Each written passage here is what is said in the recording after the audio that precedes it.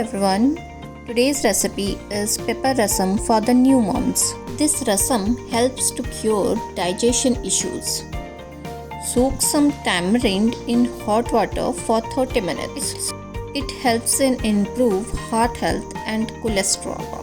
Dry roast some cumin seeds, black pepper in a low flame and pound them coarsely along with some garlic cloves and green chilies, where green chilies are completely optional.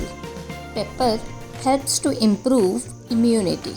Take some ghee in a pan, add some mustard seeds and red chilies and a pinch of hing. Hing is a good source of antioxidant.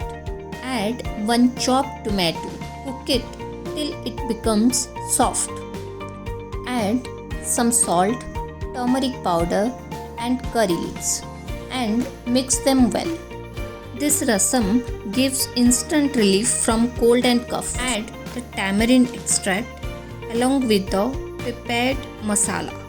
Allow it to cook for some time. It helps in fight against infections and build immunity. Add some jaggery powder to it. Mix it well. Jaggery will balance the taste.